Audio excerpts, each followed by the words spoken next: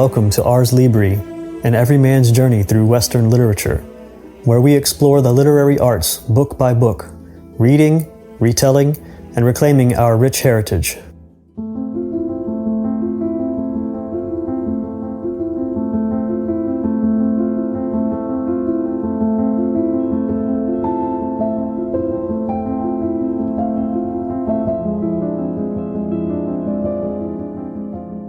We own a rather nice copy of Wuthering Heights, rather incidentally, I think, put out by Reader's Digest. And inside the cover, there is an excerpt from the magazine that gives some history of Emily Brontë herself. And in the podcast, Thomas and I were puzzling about her, and I think reading this may help give some insight into why she wrote the story she did. A familiar observation in the study of literature is that the best, most compelling writing grows out of an author's own life and experiences. Surely this is often true, but how then do we explain the mystery of Emily Brontë? What can account for the fact that one of the most intensely passionate novels ever written was the work of a young woman whose life, from all appearances, was utterly untouched by romantic involvement, and indeed little touched by social contact of any kind? The biographical information we possess is tantalizingly incomplete, but even the barest facts suggest how narrow were the boundaries of her world. Emily Brontë, born July 30th, 1818, in Thornton, Yorkshire, died December 19th, 1848, in Haworth, Yorkshire. During those 30 years, she never married, seldom ventured more than a few miles from home, and experienced a succession of personal sorrows that seemed almost designed to test the strength of her character. In 1820, the family moved into the parsonage at Haworth, where Emily's father, the Reverend Patrick Brontë, had been named rector of the local parish. A year later, his wife was dead from cancer, and the care of his 6 small children passed into the hands of an aunt who was persuaded, reluctantly, to come and take charge of the household. Then in 1825, an outbreak of tuberculosis struck the Cowan Bridge boarding school, where Emily and her 3 older sisters were enrolled. The 2 oldest girls died. Emily and 9-year-old Charlotte were immediately brought home, and only twice more would Emily leave the familiar precincts of Haworth. In 1834, she briefly attended another boarding school where Charlotte had just begun teaching, and in 1842, the 2 sisters went to Brussels to study languages, although after 8 months of homesickness, Emily returned to the parsonage for good. Yet if the world at large seemed an alien and fearful place, her home in Haworth and the desolate moors around it provided a spacious enough domain for her vivid, restless imagination. The moors especially, as readers of Wuthering Heights have known for generations, had a powerful, almost hypnotic effect on her. Years later, Charlotte would write, "My sister Emily loved the moors. Flowers brighter than the rose bloomed in the blackest of the heath for her. Out of a sullen hollow in a livid hillside, her mind could make an Eden. She found in the bleak solitude many and dear delights, and not the least and best loved was liberty." As for the Brontë household, the bewitched parsonage, as a later commentator called it, while it may have been secluded, it was by no means boring for a girl of Emily's temperament. For companionship she had, in addition to Charlotte, her younger sister Anne and an older brother, Bronwell. For years, these 4 exceptionally bright children were a little society unto themselves, relying heavily on one another for amusement and education. They seem to have had an ample supply of books, the romantic novels of Sir Walter Scott, and the narrative poems of Lord Byron were special favorites, and from an early age pursued a most unusual literary enterprise of their own. It centered on the imaginary kingdom of Angria, which they invented around 1826 and chronicled in great detail for the next 5 years, recording its fabulous intrigues, romances, and battles in a series of tiny, handmade booklets. The The collaboration continued until 1831, when Charlotte went away to school and left Branwell in charge of the ongoing saga. This Emily could not accept, preferring to secede from Angria and, with Sister Anne's help, establish her own fanciful kingdom of Gondal. Her decision was notable, not only as a sign of Emily's strong-willed nature, but also as a milestone in the growth of her creative powers. For unlike the pure fantasy world of Angria, Emily's Gondal had a setting unmistakably similar to Yorkshire, and a cast of characters who, while richly imaginative, bore a closer resemblance to human reality. To be sure, these were still the writings of a very young girl, and by themselves amounted to little more than precocious child's play. But that young girl went on to write one of the world's great novels, and as Emily grew up, the land of her imagination was, for all practical purposes, her real world. Even to the village of Haworth, she was a virtual stranger.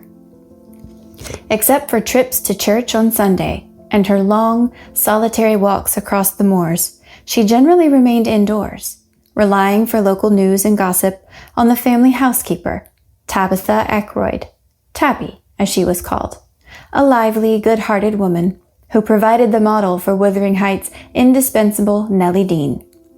As Charlotte would later write, Emily scarcely had more practical knowledge of the peasantry amongst whom she lived than a nun has of the country people who sometimes pass her convent gates. In such seclusion, she can hardly have helped forming strange, often distorted impressions of her fellow humans. Gossip usually dwelling on life's more lurid and dramatic aspects. And out of such impressions evolved the stormy, half-savage protagonists of her novel. The actual writing and publication of Wuthering Heights were themselves part of a remarkable story. In May 1846, a book appeared containing poems by Currer, Ellis, and Acton Bell, the pen names adopted by Charlotte, Emily, and Anne Brontë in order to preserve their privacy.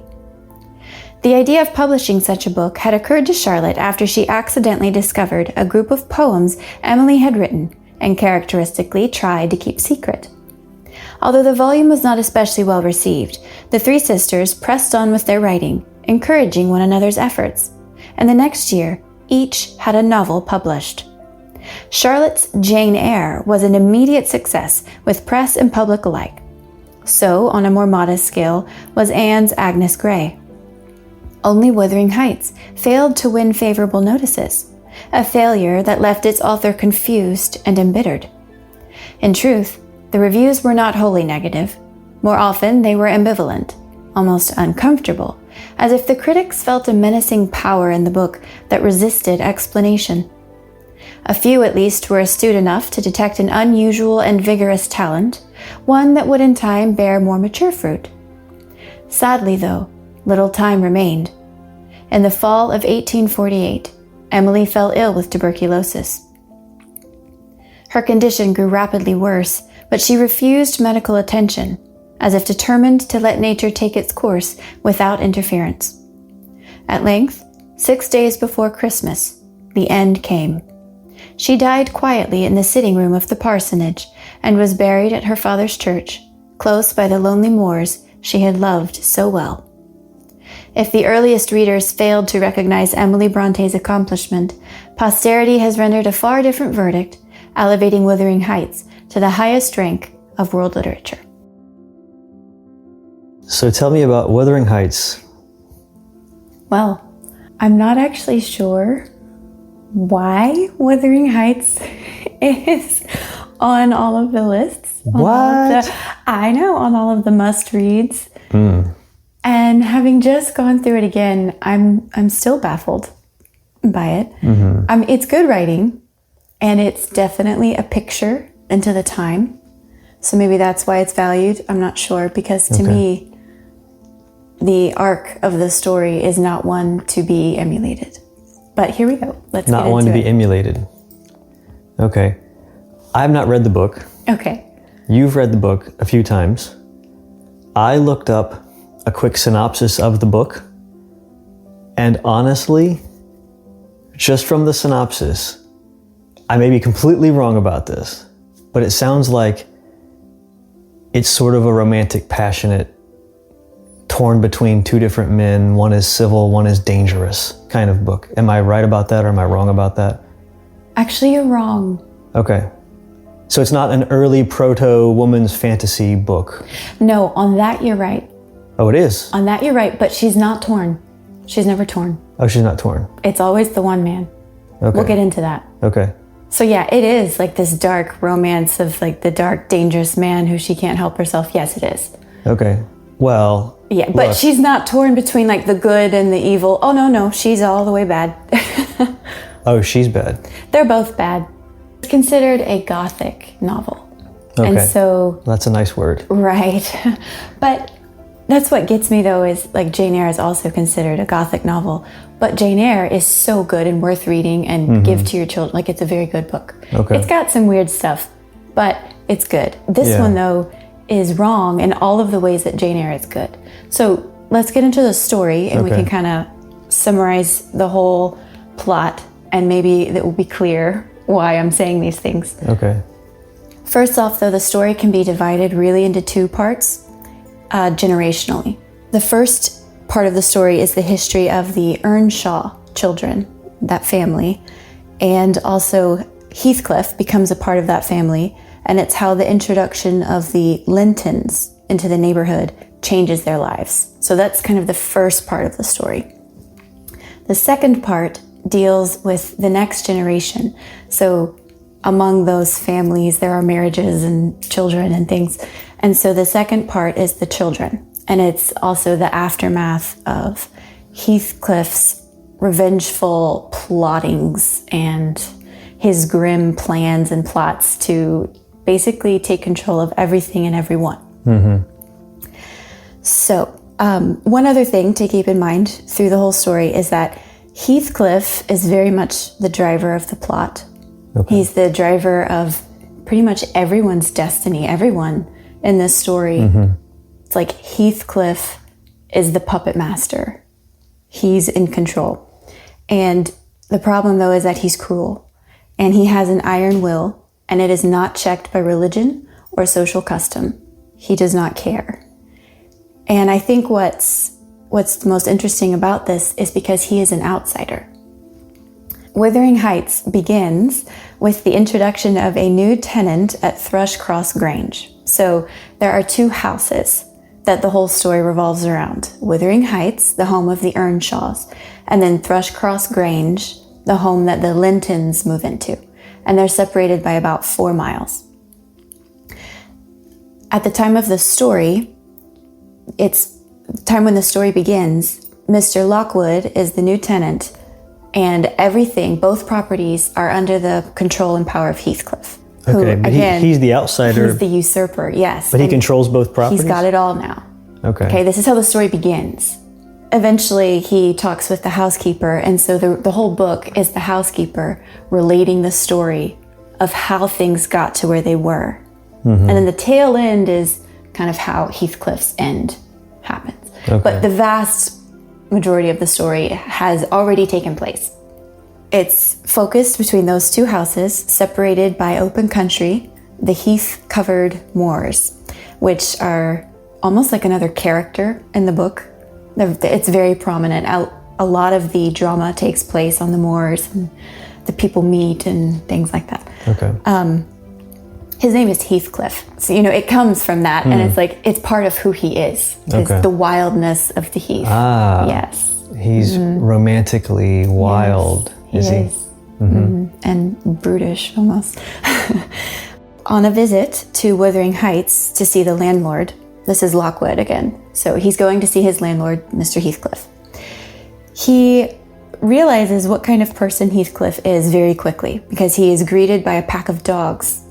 The servants are not hospitable. Mr. Heathcliff himself is very gruff.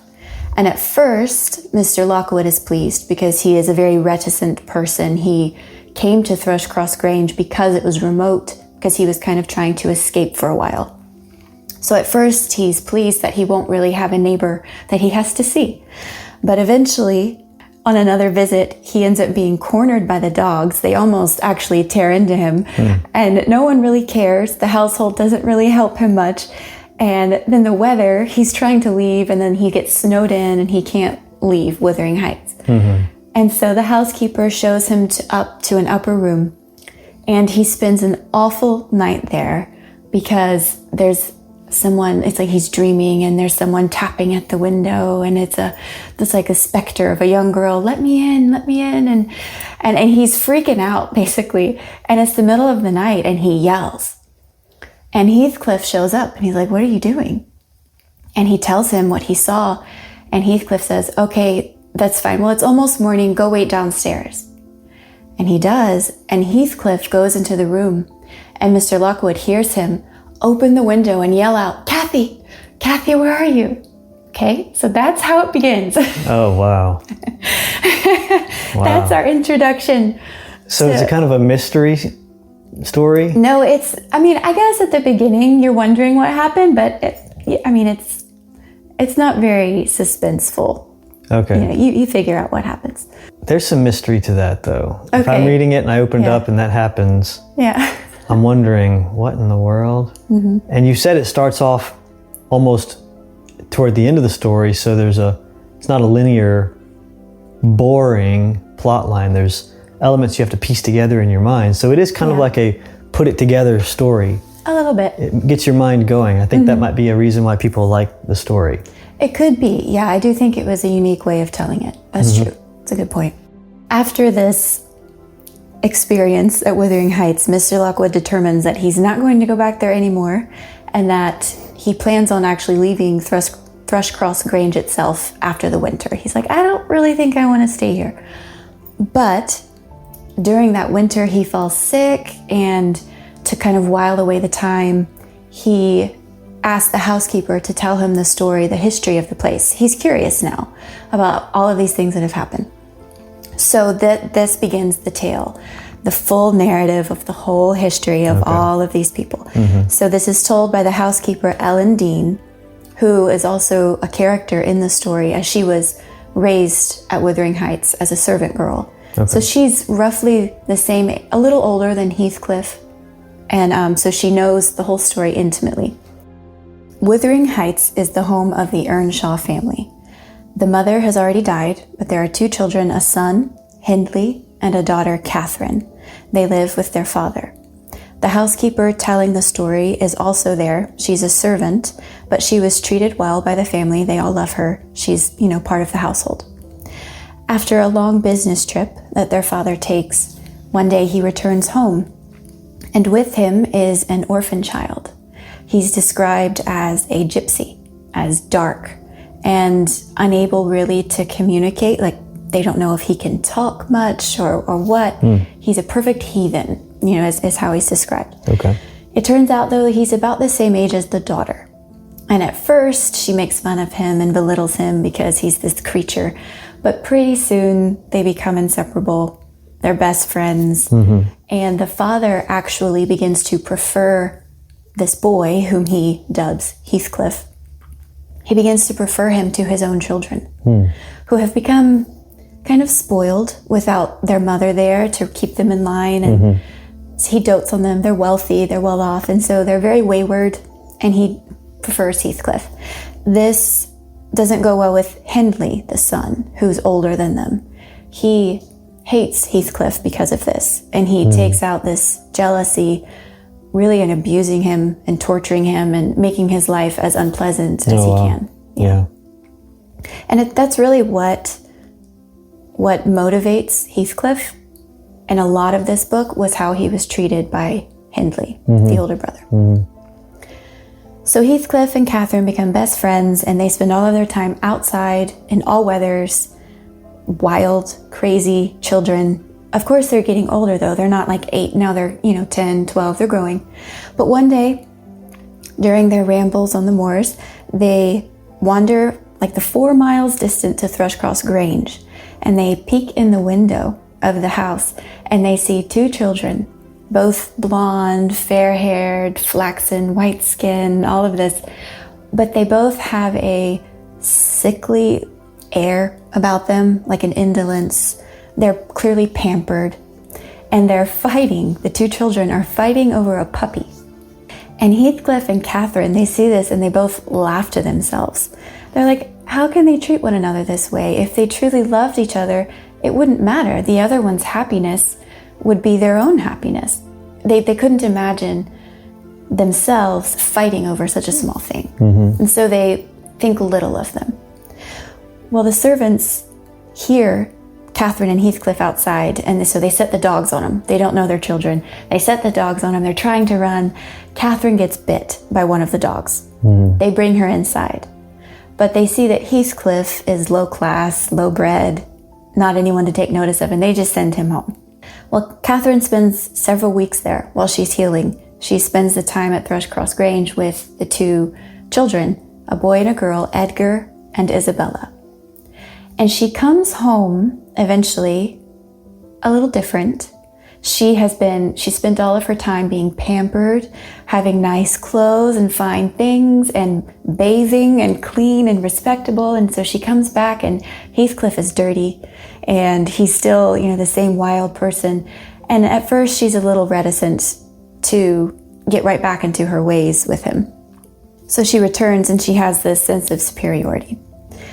But it does not last long because in her heart of hearts, she already just belongs to Heathcliff. She can never be wholeheartedly like the Lintons. She spent too many years of her formative years being indulged and giving in to all of her whims and desires. And so it's almost like something outside of her is compelling her to this, or not something outside of her, but something deep within is a better way, that like she can't fight. She belongs to Heathcliff. So they're both, Heathcliff and Catherine, they're willful, they're wild, and the Lintons, both of them are dazzled by Heathcliff and Catherine. So Edgar is dazzled by Catherine, and Isabella eventually comes to see Heathcliff in a different way. That's a little later.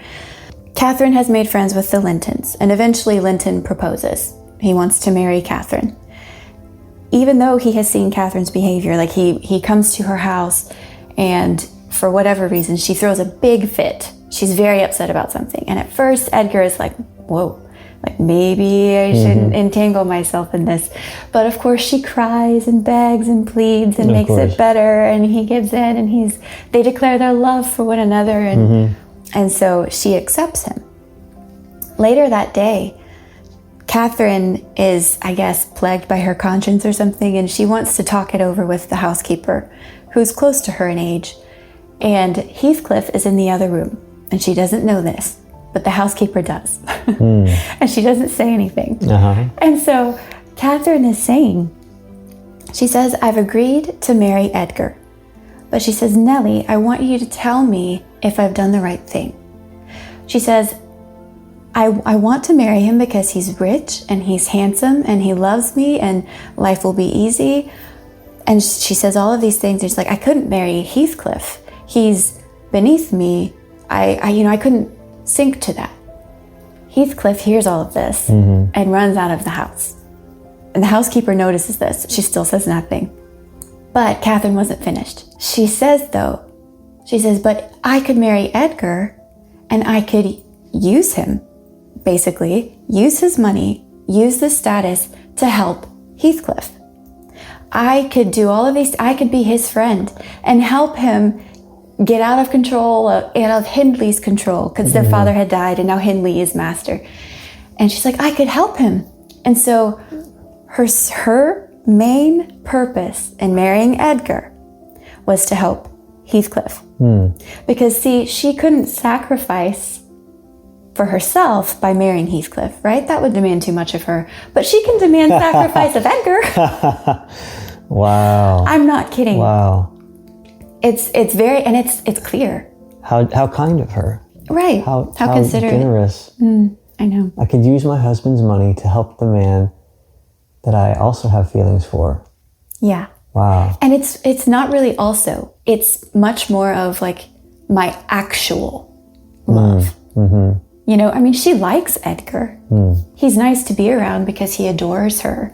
Yeah. But she doesn't love him with her soul the way that she loves Heathcliff. Do you think that's representative of how some women could think? I mean, are women capable of thinking this way? I would say for sure. Yeah. Yes. I mean, so the conservative Christian chivalrous view of women. So from a man's perspective, if I am to speak of women in a mixed crowd and I am to be applauded for whatever I say, I'm going to talk about women in such a way that does not say things like that about them. Yeah. I'm going to say things like, women are loyal, they are faithful, they are singularly devoted, they are angels, their virtue is superior to that of men, they are so on and so forth, right? All of the angelic virtues, all of the Christian virtues, all of the noble winning characteristics that you could imagine. That's what conservatives and Christians and traditional minded people talk about from a man's perspective. So when I hear this, it's written by a woman. Right.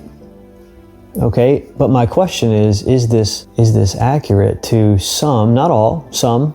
It's possible, I suppose.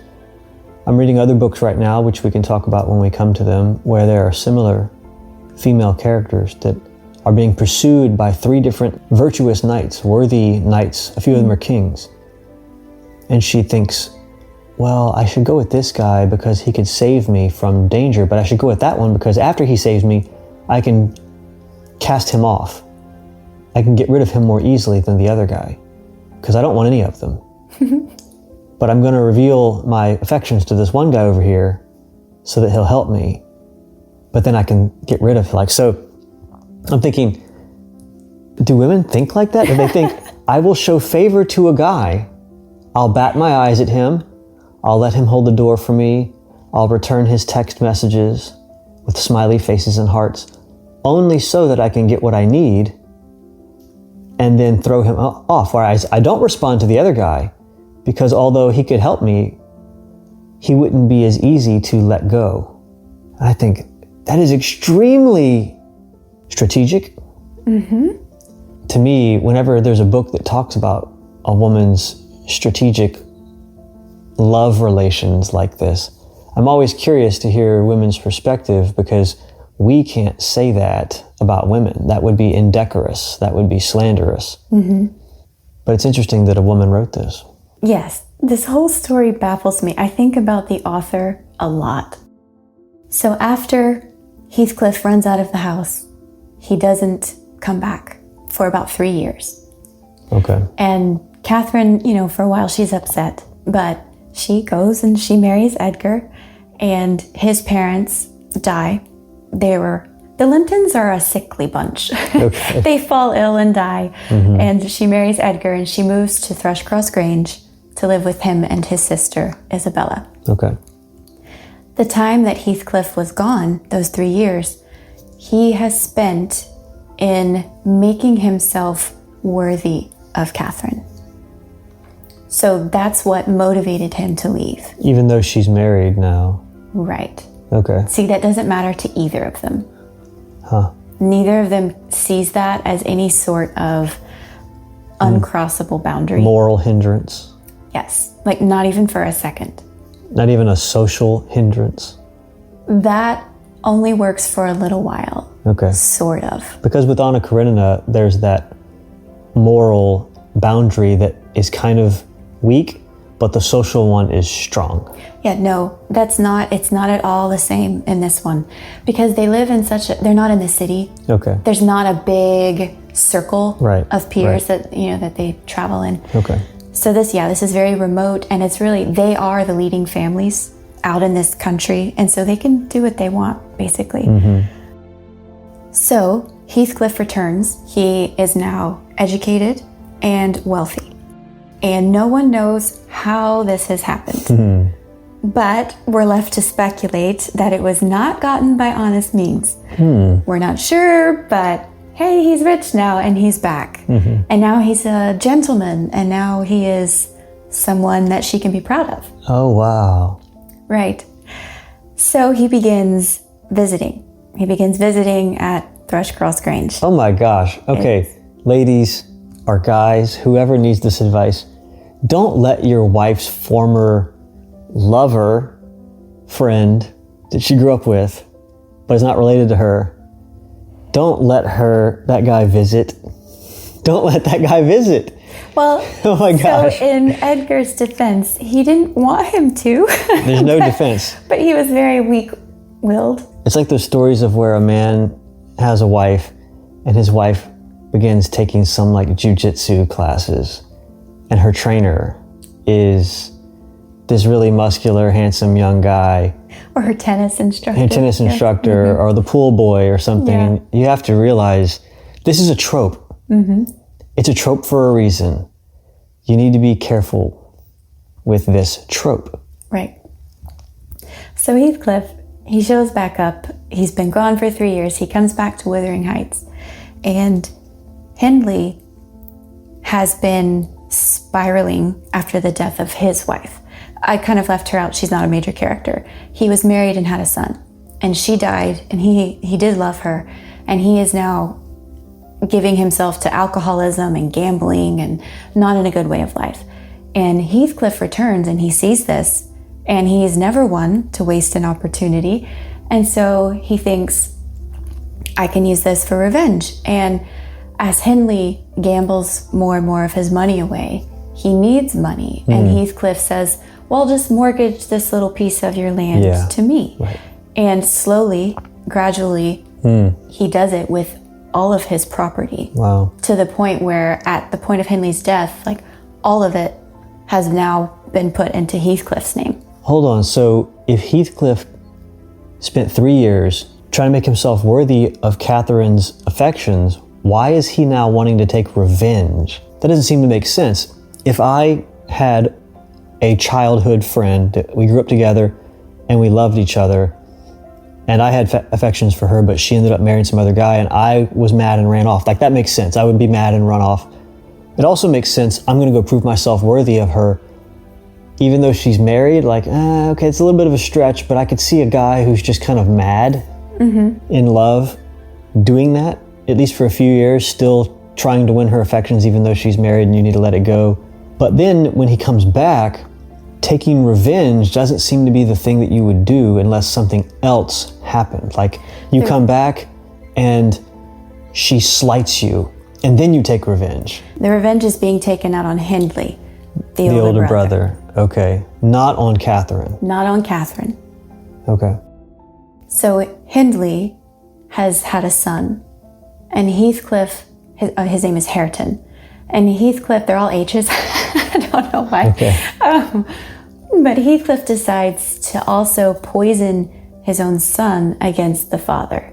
And at the same time, holding Hareton back from ever becoming a great man who would then take possession of his rightful inheritance. Wow. So Heathcliff is actually really brutal to Hareton.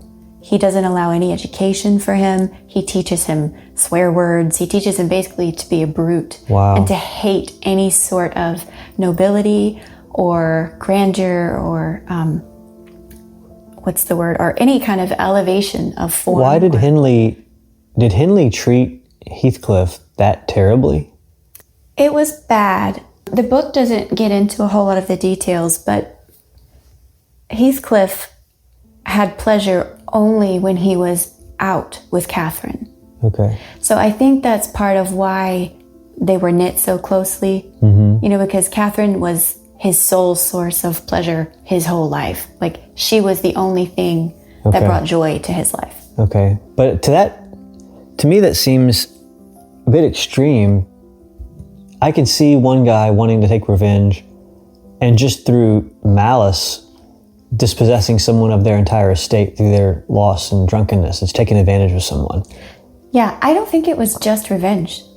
I think it was still opportunistic. So Heathcliff really has a wicked character. Okay. Like, he's not this noble person that's only being bad because he was harmed. No, he's wicked. He's actively harming someone. Yeah, he's going beyond what is right. Yeah. I see. So there's a difference here. So the story of St. Augustine in his book Confessions, he talks about the nature of sin. It's not merely doing something wrong for a reason, like taking revenge because you were wronged. And you may go too far in your vengeance and commit sin. Augustine says that sin in its purest form is taking delight in doing evil. And the example he gives is when he was a youth, they were running through the city somewhere and they stole some pears. They were his father's pears. His father's pears? Okay, he took the pears. Yeah. And he just smashed the pears afterward. They had no intention of eating the pears. It was just from the pure pleasure and delight of doing wrong. They delighted in evil. The proverb says this: the wicked delight in deceit, in wickedness. They don't just do it because, like people, for instance, steal bread because they're hungry. Well, it's a sin to steal, but the guy's hungry. He's got a reason. But this is stealing bread so that you can smash it. Right. There's no reason. You're just wantonly destroying things. So I guess what you're saying about Heathcliff is that he's actually just raw evil embodied. Yeah, and I think that the element to remember here is that he was not of their kind.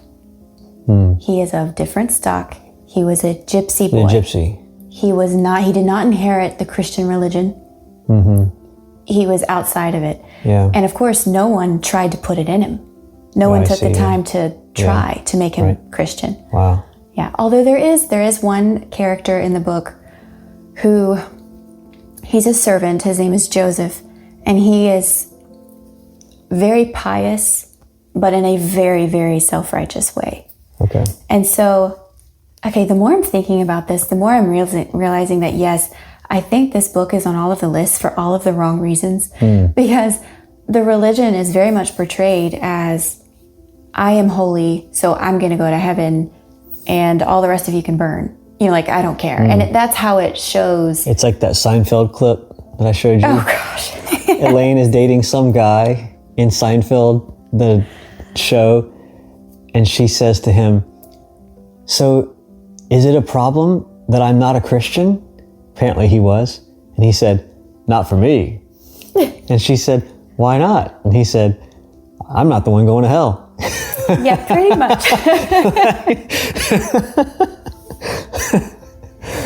What kind of morality is that? Right. And so that's how Emily Brontë shows Christianity in this book. Wow. It's something to be despised, really. Makes you wonder if she understood Christianity. Sometimes you have these, I'm not saying she was an atheist, I have no idea what she was, but sometimes you have these atheist writers, even commentators today, like there's a bunch of people talking right now about how some woman whose husband was recently murdered is forgiving the murderer. But the President of the United States came on and spoke as well and said that he doesn't forgive the murderer. And we're going to see that justice is done. And so there's some atheists who are talking about this right now, saying, how can this be that we forgive and don't forgive at the same time? This is confusing. How do we... And they don't seem to understand, although they're very learned, they don't understand that there's a difference between the victim forgiving and it's their place to forgive. But it's not the place of the judge to forgive. The judge wasn't wronged. The victim was wronged. The judge executes justice. The victim may or may not forgive, but it's not the place of the victim to execute justice, and it's not the place of the judge to issue forgiveness. It's a difference. Yeah, that is what's puzzling about Emily Brontë, because both of her sisters seem to get it.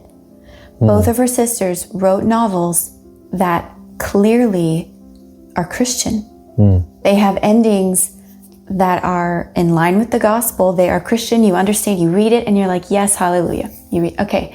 But Emily totally missed it. Wow. She had to have been the black sheep of the family. Wow. I don't... Maybe she is Heathcliff. Oh. Wow. She's probably more like Catherine. Okay. Yeah, she's probably Catherine. I don't know. I have not read this book, so I'm just making that up. I have no idea. Okay. Anyway, let's pick back up. Hold on. Where were we? Heathcliff is now visiting Okay, Catherine. and he took everything from Henley, who then died, and then he's now corrupting Hareton, Hindley's son, yes. Corrupting him, and he owns the estate now too, so Hareton has basically nothing to his name right. at this point. Right. And he's doing this also while he's trying to impress the sister? That comes in a minute. Okay, so my question is, let's say I was trying to impress you, and I do this while I also destroy your brother. Like, how would that help me get in your good graces? If I destroy one of your family members and then his son, your nephew, how does that help me get in your good graces? Well, Catherine didn't know a lot about what was happening, but also she really wasn't overly fond of Hindley either because of the way that he had treated Heathcliff. Okay. She takes Heathcliff's part in everything. You know, they are like one soul. I'm serious. It's all through the book. Catherine and Heathcliff are one. Everything that they do is for the other. Okay. Or themselves. They're both selfish, but but those are the two priorities in their lives, each other. So Heathcliff is visiting Catherine at Thrushcross Grange. Catherine, though, is now pregnant, and Edgar obviously wants Heathcliff to stay away. But if he tries to take any measures toward this end, Catherine throws a fit, and he doesn't want to make his beloved upset, his darling angel. Oh my gosh. It's bad. And so he feels like his hands are tied, and so he allows Heathcliff to visit. I know. No, this is where the gun in the story would have come in clutch. We're going to go partridge hunting. Oops. The shot went wide. End of the problem. Okay, we'll tell that to Emily for next time. Yeah. So, obviously, Heathcliff and Catherine prefer one another to anyone else, but Catherine sees herself as justified in this. She actually thinks this. She says she's not ashamed of loving Heathcliff in front of Edgar, because in her mind, if her husband really loved her, he would want whatever makes her happy. Wow. And so why would he stop her from trying to love Heathcliff? Okay, this is what I was saying earlier about chivalry and stuff. If love is redeeming, you can find redemption through love, then love really is never wrong. You can just love your way out of all your problems. Right. If you're married, but you love someone else, well, love conquers all. Love never ends. Love is the truest of all things, and you can just kind of love another man's wife. Right. And it's okay. And this is where Emily is very different from Charlotte and the other sisters, because it's exactly what you're saying. Her idea of love seems to be that it purifies. Yes. Or at least atones. It redeems, right? It atones. Yes. It redeems. Yes. No matter how bad they are, no matter how many sins they commit, their love is so pure. Right. That it cancels the sin. But that's this inordinate love. They have idolized each other. You know, in order to believe that, you have to set aside God. And they have replaced God with each other. Yes. And their love is clearly idolatry. It's the cult of love. They talk about this with Venus and other things. Venus wasn't just going around with Cupid making people fall in love. It was this cult of love. But the Christian religion teaches that there's an order of loves, ordo amoris, that you love God first above all things. And then you love your neighbor as yourself. Right. And your first neighbor is your wife maybe, or your mother, or your dad, or whoever's closest to you. You have this order, in other words. And then you love people who extend out from that. And so there are different layers and levels and duties that you have. But it's not as though love itself is the chief thing. No, this is a feeling, an affection, an action towards others that you do on an ordered scale. Right, and it is exactly this point that is so different in Jane Eyre. So just a little note on Jane Eyre. So Jane, she feels no less passionately toward Rochester than Heathcliff and Catherine, right? But she understands the difference she understands where to put God in all of this. Okay. Like, she is not willing to for the price of their souls to be the cost Right. of their love. She will not Like, that's the line that she will not cross, which Heathcliff and Catherine have no problem with. Yeah. But Jane will not damn their souls. Eternity to her is more important than earthly bliss. Yeah. And Heathcliff and Catherine definitely get that backwards. Yeah, there's this misplaced redeeming love theme in Western civilization where love is love. Love is blind. Love is all in all. It consumes all things. Everybody just wants to love each other. Why are you stopping people from loving each other? We should love, not hate. All of these sayings stem from this misunderstanding of what love is. Mm-hmm. That's why C.S. Lewis wrote his book, The Four Loves. He saw that in Western civilization, we're talking about love in a very misplaced way, and it leads to ruin. During Heathcliff's visits to Thrushcross Grange, Isabella, the sister, eventually develops feelings for Heathcliff. Oh, no. Which Heathcliff and Catherine both actually find quite funny. They ridicule her for it. Oh, my gosh. Yeah, they totally mock her for it. So Catherine discovers this, and she laughs outright. She's like, do you think it's even possible for Heathcliff to love someone like you? You know, she's like, his very character would prevent it. It's like, it's laughable, you know, and Heathcliff shows up and she goes on about this in his presence. And of course, the girl is like in tears and she tries to run out of the room. I know, they're brutal, very mean. But of course, as we've already noted, Heathcliff does not pass up opportunities to enrich himself or to, promote himself in the world. So he's thinking, well, if she's serious about this, I could just marry her and then I'll perhaps inherit Thrushcross Grange too. And I can, work this out for myself. Wow. So, yes, he decides to elope with Isabella. And he does not love her a bit. And that's the thing, is he doesn't even try to act lovingly toward her, ever. It's just Isabella is so enamored by him. I guess this is more of the dark, villainous, I can't help myself, I love him thing. Because he doesn't make overtures to her, like he doesn't try. But she loves him, and so they elope, he marries her, and it takes her less than 24 hours to realize that was a mistake. This man is a demon, and I hate him. It happens very quickly. Wow. But it doesn't matter because they're married, and so he's got what he wanted. Wow. Yeah. So you should look before you leap. A little bit, yes. So what's funny though is, neither Catherine nor Heathcliff are affected by the fact that the other one got married. That does not stop them a bit.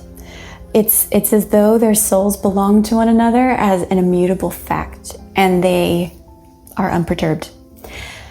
However, at one point, Edgar happens upon Heathcliff and Catherine, and we don't know what they have just been saying in the room. The reader is not clued in, but we're led to believe that it was some sort of declaration of love or, something. Okay.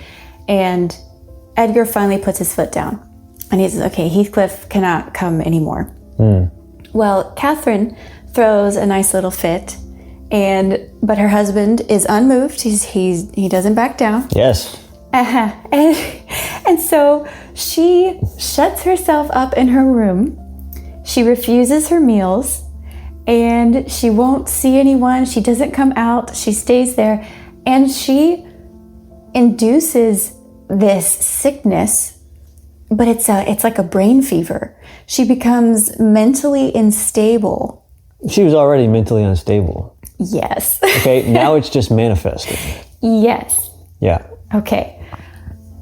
All because she's just throwing this fit. Okay, so it's like she does this to herself. Yeah. But remember, she's pregnant. Oh my gosh. It's just all awful. So eventually... Classic tale. This is amazing. Eventually, Edgar is concerned enough to look in on her, and he's like, oh no, I think she's dying. And then, of course, he returns to being all doting upon his darling. Ned and Flanders. He forgives everything, and everything's fine, and he loves her, and all of that.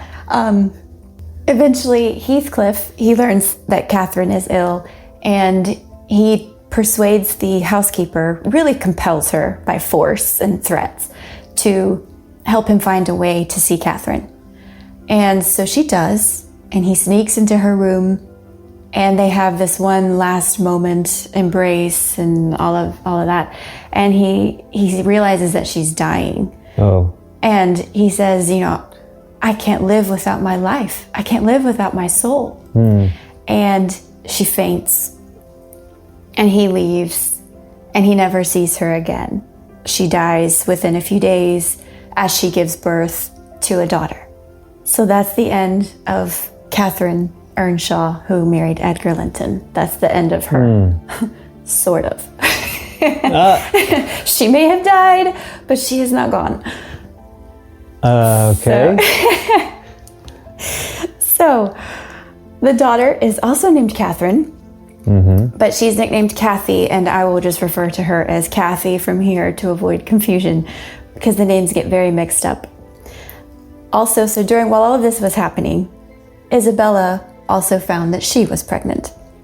And she finds an opportunity to escape Wuthering Heights. It was a living hell for her. Oh, wow. It was awful. Everyone was awful to her. The servants take the part of Heathcliff, and he's a brute, and so she runs. And about 6 months after Kathy is born, Isabella gives birth to a son. She's now separated from Heathcliff, living in a distant part of the country. We're not sure where. Okay. But she's away. And she names her son Linton, which was, her maiden name, but also kind of to rub it in because Heathcliff hated all of the Lintons. So her son is named Linton Heathcliff. Oh my gosh. It's a mess. And then you've got Catherine Linton. Okay. Oh, yeah. Yeah, messy. So this begins the second part of the story. Oh, we're not done. No. The two households, Wuthering Heights and Thrushcross Grange, remain separate for quite a while, over a decade. They have no communication between them. Kathy is growing up. She's becoming a young woman. And Linton, her cousin, Isabella's son, is far away. He's growing up. Isabella, though, being a Linton, is sickly and is getting ready to die. And her son has been sickly his whole life. And so she writes to Edgar, her sickly brother, and says, will you take care of my son? I don't want his father to get his hands on him. Will you care for him? He says, yes.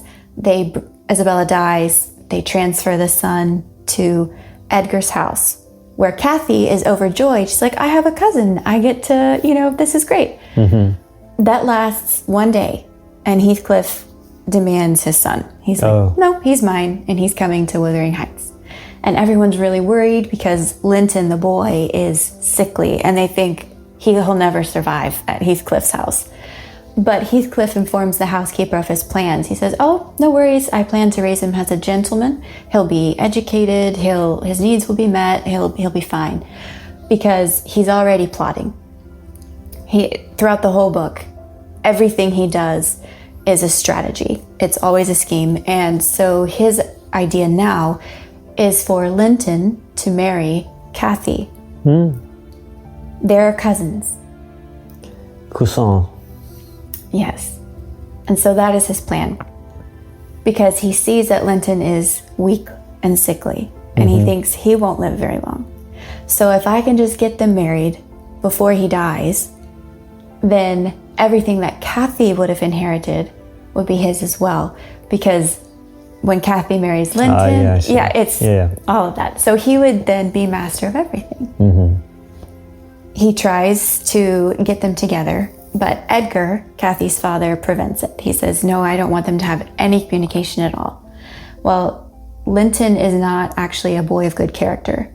He's sickly, he's weak, but he's also of a weak mind and spirit and, again, character. He's ignoble. He cares only for himself. He's selfish. He's inconsiderate. He's whiny. He's all of these negative, babyish, pampered, awful spoiled child tropes. That's him. And Heathcliff knows this. And so he convinces Linton to start writing letters to Kathy. And Kathy just remembers him from that one time that she's seen him. And so she thinks, oh, this is my cousin. And so she begins writing these secret letters, which turn into love letters, which develops. But Cathy doesn't realize really who he is in his character. Mm-hmm. And this is why she allows herself to fall in love with this stranger, really. And this is all Heathcliff's doing in his encouragement. So Cathy has already attached herself to Linton emotionally, and she's involved now. And Nellie, the housekeeper, discovers their letters. She discovers this and informs her father, Edgar, and Edgar stops it. He prevents communication. However, Edgar is sickly, he's dying, he's getting weaker. And Heathcliff, he knows this, and he does not want to be thwarted in his plans. He tells Cathy that Linton is also getting sicker and sicker because he's being separated from his love. Oh, gosh. And it's killing him. Oh, man. And so they're playing on this poor girl, on her feelings. Her father is dying. Mm-hmm. And then this cousin that she sort of knows a little bit is just dying without her. Mm-hmm. And so eventually they are allowed to meet accompanied by Nellie, the housekeeper, on the moors. They go for a pony ride or a walk or something. Mm-hmm. So they're allowed this, but Edgar is still saying, but you are not allowed to go to Wuthering Heights. You will not go to that house. He doesn't trust Heathcliff one bit. Well, they do this a couple times, and pretty soon Heathcliff shows up to one of their meetings. Pretty much abducts Cathy and the housekeeper. What? Yeah. So Linton is really selfish, and he knows Heathcliff's plans, and he goes anyway because he's so scared of his father. Wow. And he does not care about any of the harm that may come to Cathy. This man's crazy. It's so bad. So Heathcliff forces Cathy and the housekeeper to go back to Wuthering Heights. And Cathy's worried about her father because her father's on his deathbed, right? Right. He locks the housekeeper in an upstairs room and won't let her out. And he tells Cathy, I will not let you leave unless you agree to marry Linton. Wow. So Cathy agrees. More out of love for her father than out of love for Linton. She agrees to marry Linton. Man. Right. And this is while the housekeeper is locked up. So by the time the housekeeper is freed, I think she spent 5 days locked up. They kind of gave her meals and things. By the time she comes out, Cathy has been married. Man. But they didn't let her go. They said, if you marry him, we'll let you go back. But they hadn't let her. Yeah. And she spends her time taking care of Linton, who's sick and coughing. And Heathcliff kind of comes in and roughs them up a little bit and scares them. And eventually he just deteriorates and dies. Not long afterwards. Who dies? The husband now, Linton, the boy. They're like 16. They got married and then he died? They got married and then he died. What? I know. Oh my gosh. I know. This is crazy. What kind of brain can compose such a story?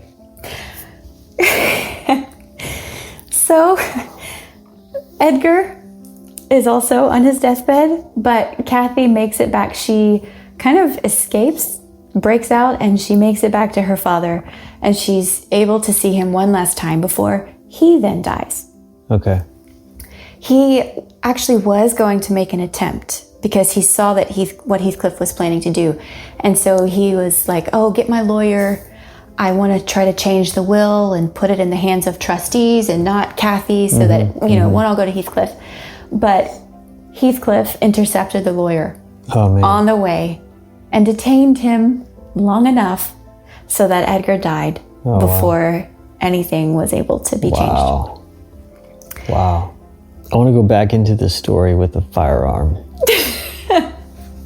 Take care of Heathcliff at the beginning.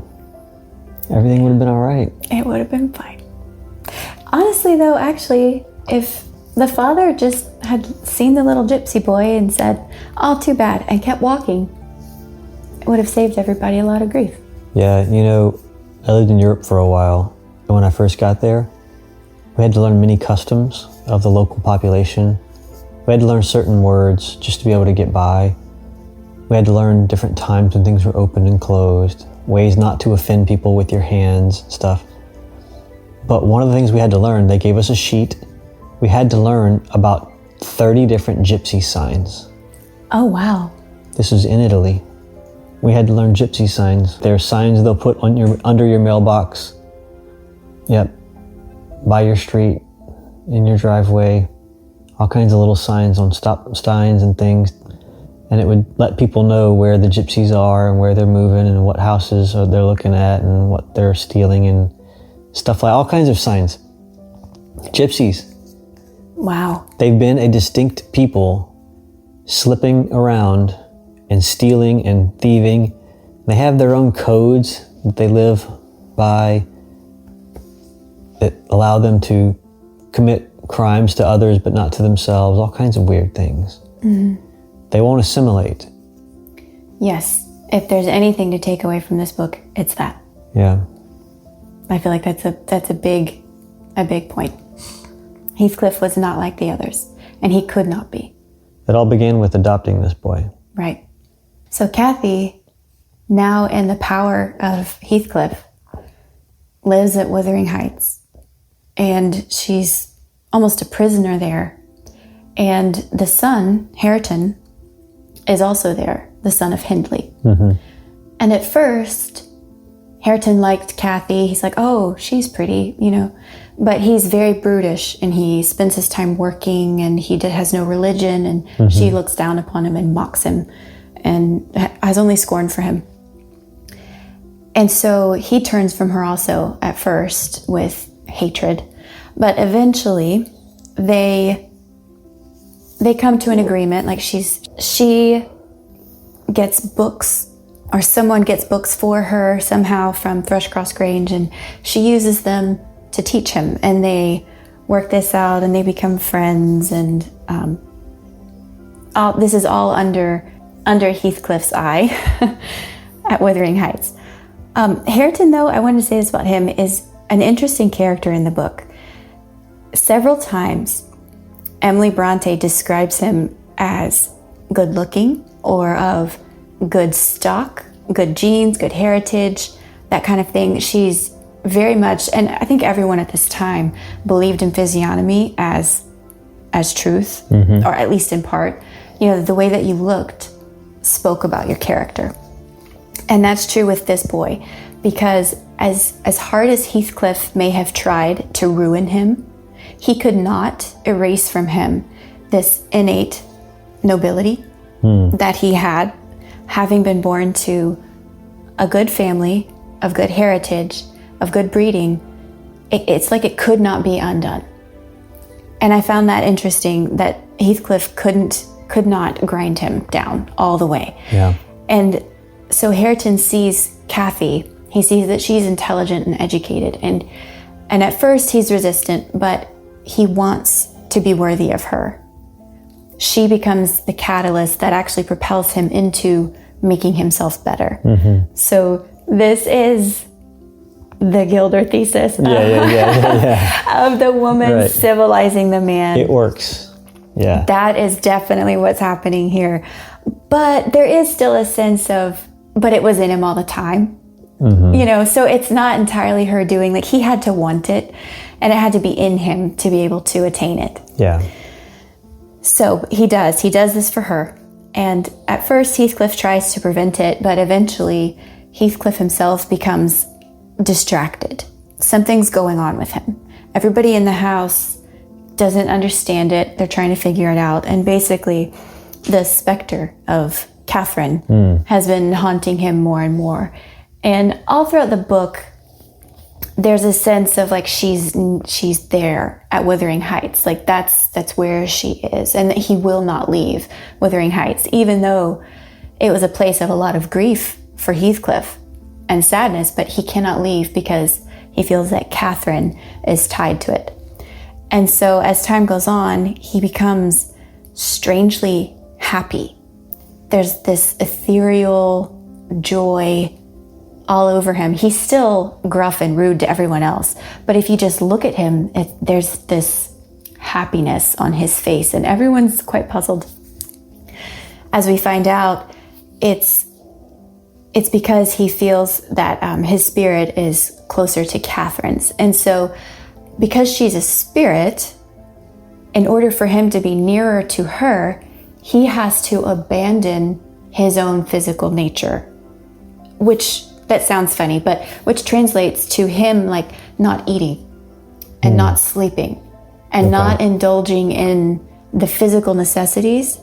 And eventually he does this so much so that he can be nearer and nearer to the spirit world, to be with Catherine, that he dies. And so he always had this sense of longing for death, to go be with her, and that's how he dies. He basically, I don't know if you could call it suicide, but he stops living. His spirit leaves him to go be with Catherine, his beloved. And the book ends with their souls out on the heath, and the housekeeper's walking by, and there's a little boy with some lambs, and she's like, "What's wrong?" And he says, "I can't keep going." He says, "I see Mr. Heathcliff and a lady over there. I don't know what to do," because he knows that Heathcliff is dead.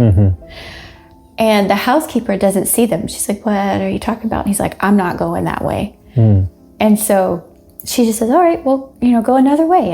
And that's just the end of the book. That their souls are now together on the moors, wild and free and happy. So they get to be together in the end. Right. A happy ending for these wicked people. Right. They very clearly say that they did not want to go to heaven. Like when Catherine died, before she died, she was saying, like, heaven is not heaven without him. Heaven has no joy for me because he won't be there. And so that's what they have totally idolized each other. We're reading the Proverbs right now with our children every morning. And one of the things that the Proverbs say over and over and over is that the wicked do not have a good end. Right. Their end is bad. And so any tale that ends with the wicked having a good end cuts against the grain of what the Bible says. And I mean an ultimate end too. The wicked may have a decent life now, but it won't be well for them afterwards. And this story says contrary. Right.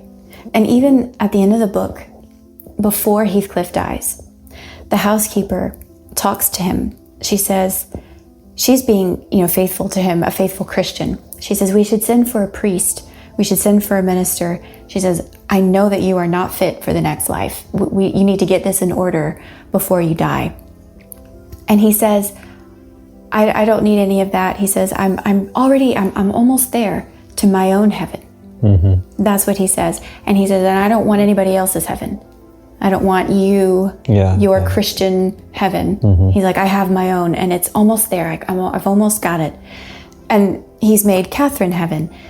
And so that's why I question the author, because she's elevated love so high that it does not fit within a Christian framework anymore. It's the cult of love. That's what it means. Right. Love is redeeming. Love is purifying. Love is saving. Right. Love conquers all.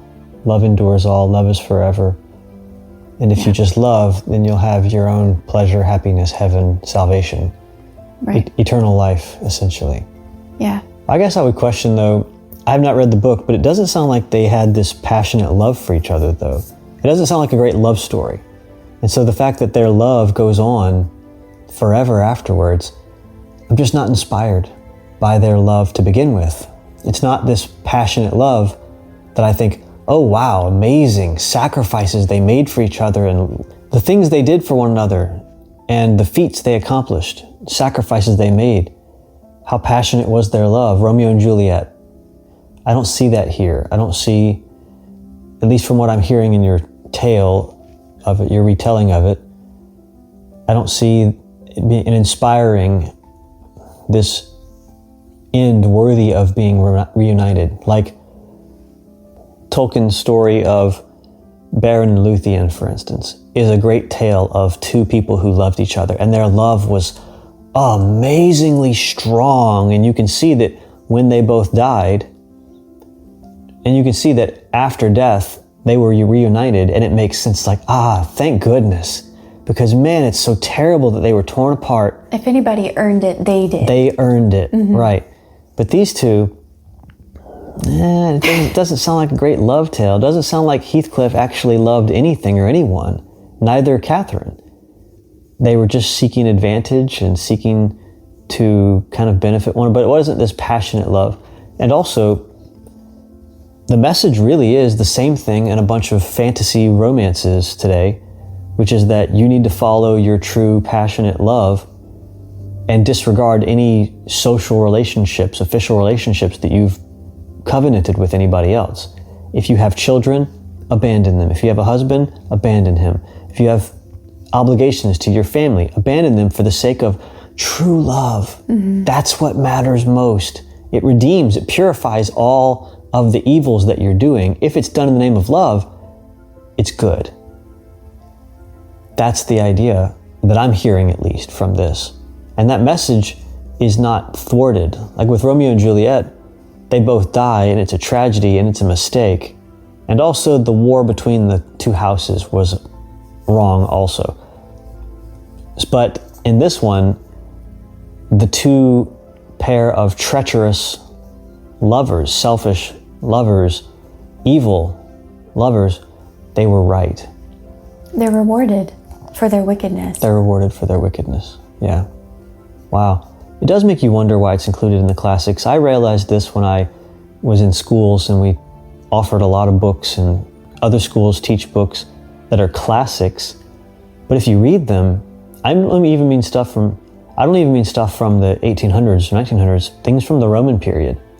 Books from the Roman period that we just give to a bunch of students to read. But if you read what those people wrote, it's not good. It's not good. It's a classic because it was deemed a classic by some poet in the 1900s that nobody even reads anymore. But that poet, he really knew what he was talking about, so I guess this is a classic and we have to read it. But you go and read it and you think, that poet was a pervert because this Roman author was a pervert. I don't want my kids reading this. I don't even want to own this book. Yeah. And I'm not saying Brontë was a pervert, but I'm saying I wonder why it's a classic, other than the fact that it was written well. And it's been a book that everybody says is a classic. I'm not sure. Yeah, it's one I could do away with, I don't see the necessity of having it in the canon. Perhaps the biggest point to take away from it is never trust a gypsy. Never trust a gypsy. I don't feel like that's a stretch. Like Heathcliff was the whole problem of the whole book. Yeah. Well, you could have learned that by watching the movie Snatch with Brad Pitt. He plays a gypsy in the movie. He's a pretty good gypsy in the movie, but never trust a gypsy. That's the moral of the story. Never trust a gypsy. Wow. Yeah, don't go try to buy camper trailers from them. They'll screw you over.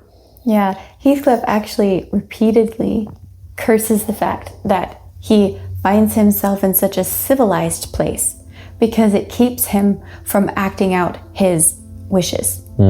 Like, he would be worse than he is, but the Christian society that he's in keeps him from being worse. So he was a natural gypsy, and had he stayed among that, he would have been a terror. There would have been less holding him back from all of these things that he did. Wow. Right. But because one white man took pity. Yeah, that's all it takes. I've known situations like this where somebody adopted an outside child and the child ended up being ruinous. Instead of the nice Christian family changing him, he changed the whole scene forever for everybody. Not as treacherously as this, but still it was bad. And it makes you wonder, what are the limits of grace? What are the limits of civility in cultivating decency in some people? Can all people be brought equally into civilization? Can all people be brought equally into Christianity? On an individual basis, I'm sure, in many circumstances, but what are the limits? does grace work the same way? Do social pressures work the same way to the same degree in everybody? Or is it cultivated? Is it bred? Does this take generations of people cultivating this and breeding this into their character for it to arise? Or does it happen instantly, right away, the first contact you make with high society or grace or education? That's the thing I learned in The Count of Monte Cristo. He was educated in prison, Edmond Dantes. He was ignorant before that, the main character, Edmond Dantes in The Count of Monte Cristo. He was ignorant, and then he got an education. But the education, he used it for vengeance. The rest of the book.